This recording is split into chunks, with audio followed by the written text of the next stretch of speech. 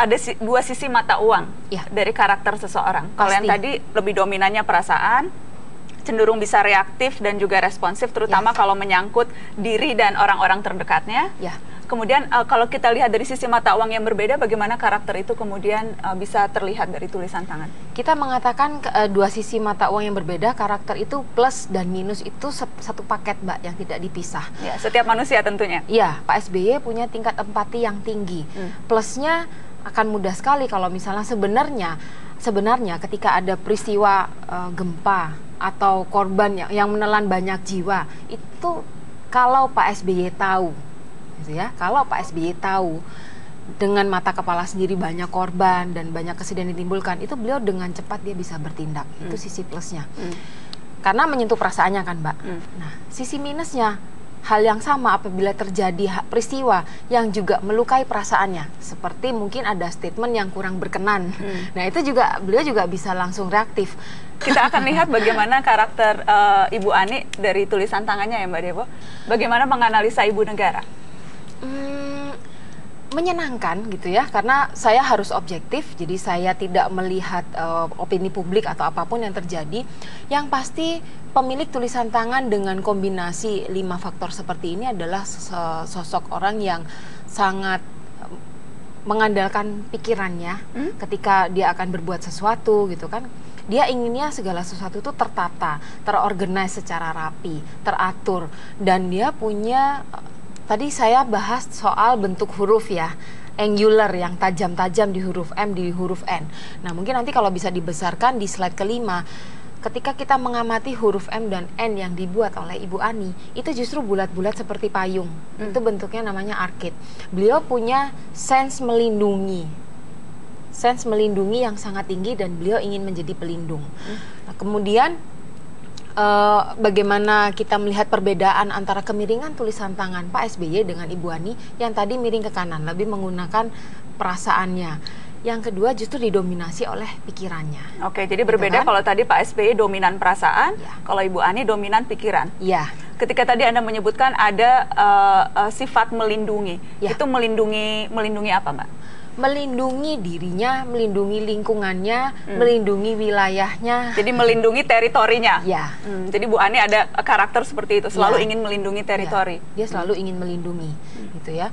Nah, kalau kita lihat di slide nomor 3, spasi antar baris. Waktu tadi tulisan tangan tersebut belum dianalisa, belum digaris-garis, sepertinya terlihatnya sama.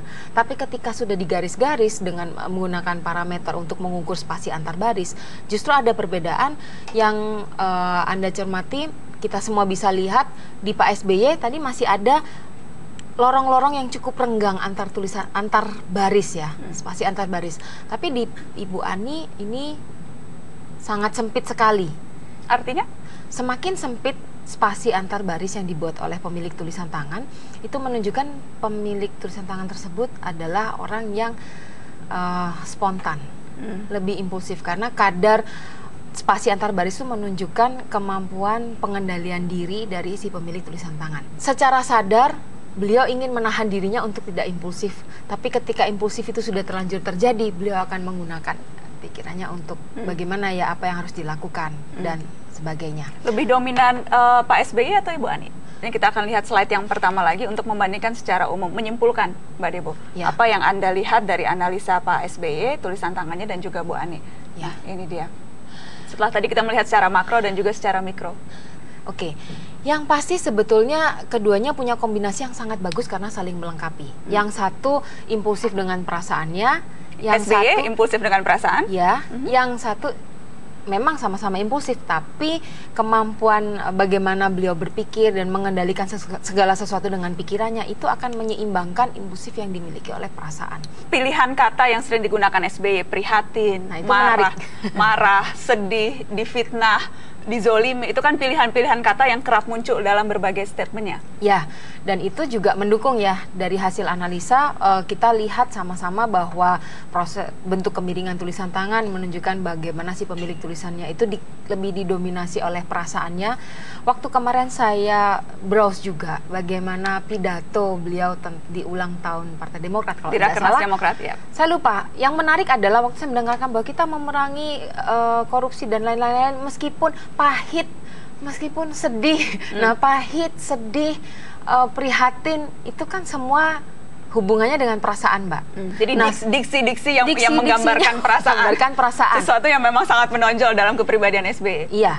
Nah, ketika ada serangan-serangan di akun Instagram, meskipun itu juga mungkin menyesakkan perasaan, tapi keluarnya statementnya bodoh oleh Ibu Ani. Itu ada masalah apa gitu? Anda bodoh dan komentar yang sangat bodoh begitu ya? Bodoh itu adalah kata kerja yang kata sifat yang korelasinya dengan pikiran. Sedangkan pahit, sedih, prihatin itu adalah kata sifat juga, tapi korelasinya ke perasaan.